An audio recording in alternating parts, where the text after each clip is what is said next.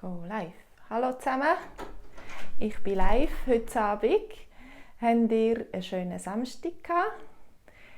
Was habt ihr heute gemacht? Ich muss sagen, ich habe heute ein bisschen gearbeitet.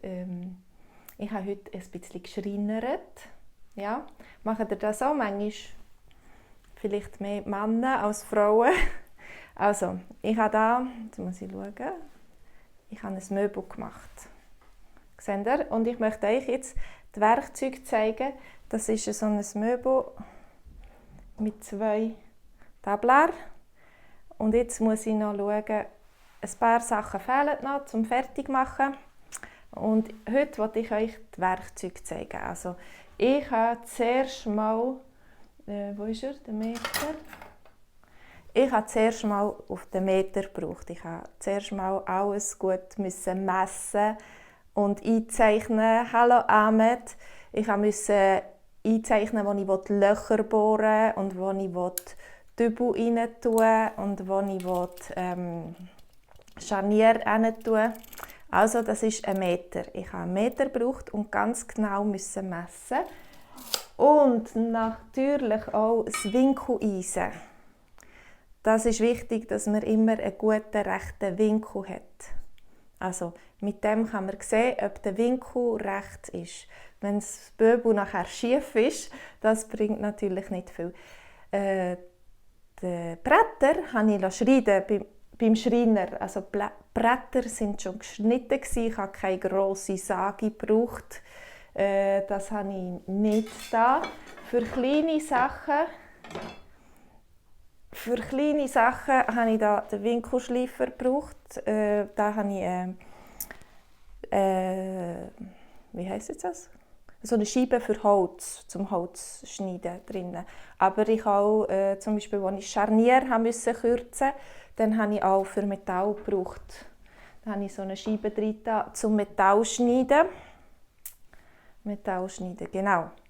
Und dann natürlich das ist eine Wasserwaage. Das habe ich jetzt mehr gebraucht als Lineal. Aber auch zum schauen, ob das Möbel gerade ist, ob ich zum Beispiel den Bohrer gerade habe, habe ich am Anfang manchmal geschaut, ob ich den Bohrer schön gerade habe. Weil wenn ich die Löcher nicht gerade bohre, dann passt nachher nichts zusammen.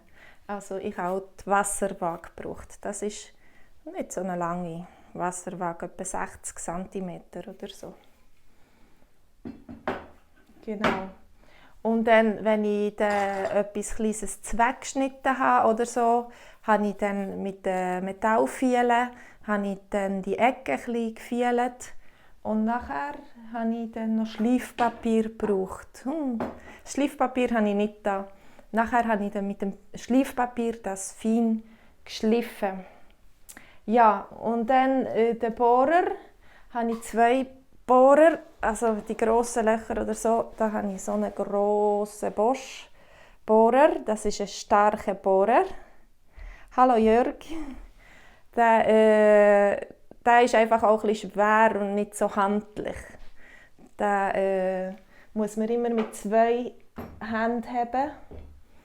Und dann habe ich vor allem für die Schrauben habe ich so kleine Schrauber.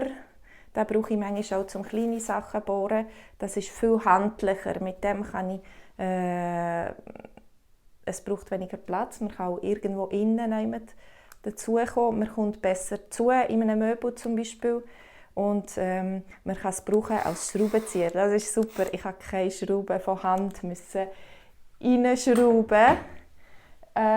Vielleicht am Schluss noch habe ich den Schraubenzieher gebraucht, um noch richtig anzuziehen, dass es die Schrauben nicht so wenn man mit dem Bohrer Schrauber bohren, dann nachher kann man das Kreuzchen da auslaugen, so auswinden und dann nachher kann man es nicht mehr richtig anziehen. Und das mache ich manchmal mit dem Schraubenzieher. Das ist so ein alter Schraubenzieher.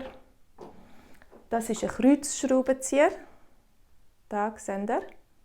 Ein Kreuzschraubenzieher. Und da habe ich einen flachen Schraubenzieher. Den habe ich gebraucht, um so grosse, runde Dinge anzuziehen, die man braucht für die Möbel. Wenn ihr vom Ikea Möbel habt, oder, dann habt ihr so Schrauben, die ihr ins Möbel schrauben müsst, und dann nachher werden die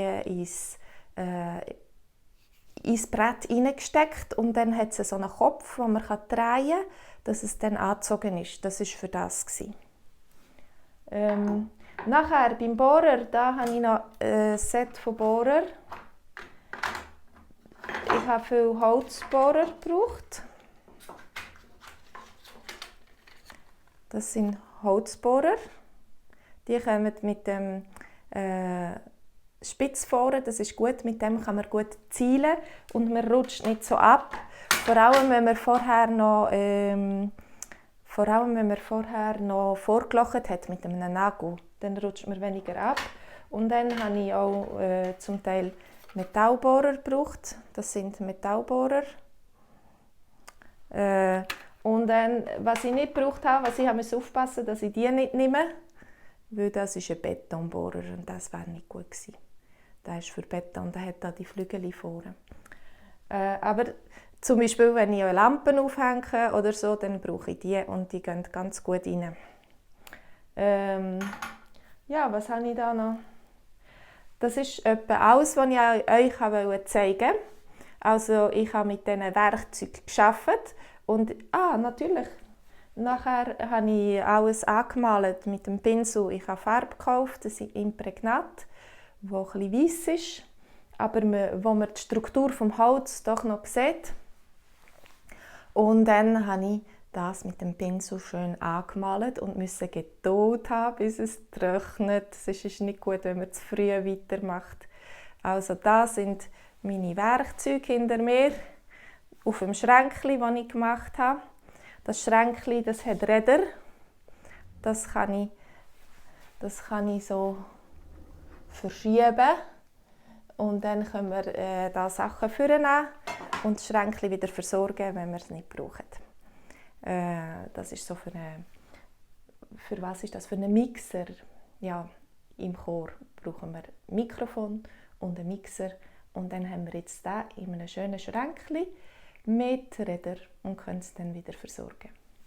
Okay, also ich hoffe, es hat euch gefallen, unser Livestream über Werkzeuge. Und natürlich, für kleinere Sachen brauche ich immer Sackmesser.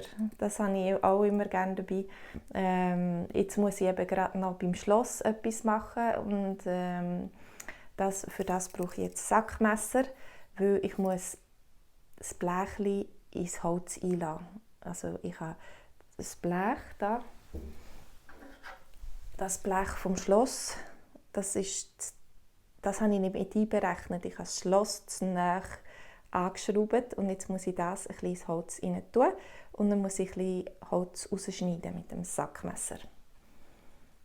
Okay, und dann wäre mein Schränkchen fertig und der Livestream ist auch fertig. Sehr typisch, sehr praktisch und es reicht lang. Genau, jetzt habe ich gerade den Namen nicht richtig gelesen. Aber kann ich empfehlen, für sehr viele Sachen kann man ein Sackmesser brauchen. Okay, dann wünsche ich euch ein ganz schönes Wochenende. Hoffentlich könnt ihr euch morgen erholen. Ja, Olivia, Sackmesser, ich finde die von den Schweizer Sackmesser sind gute Qualität, sonst sind nicht immer alle gute Qualität. Die schneiden wirklich gut, man muss aufpassen, dass man sich nicht in die Finger schneidet und verletzt. Ja, okay. Also, ich wünsche euch ganz ein schönes Wochenende. Genau, sie sind weltberühmt, sehr wahrscheinlich. Also, wir Schweizer haben auf jeden Fall das Gefühl, dass sie weltberühmt sind. Ich glaube, es ist schon eine Marke. Ja. Also, ich wünsche euch ganz ein schönes Wochenende. Erholt euch gut, macht es gut und bis zum nächsten Mal. Tschüss zusammen. Danke, Pedro.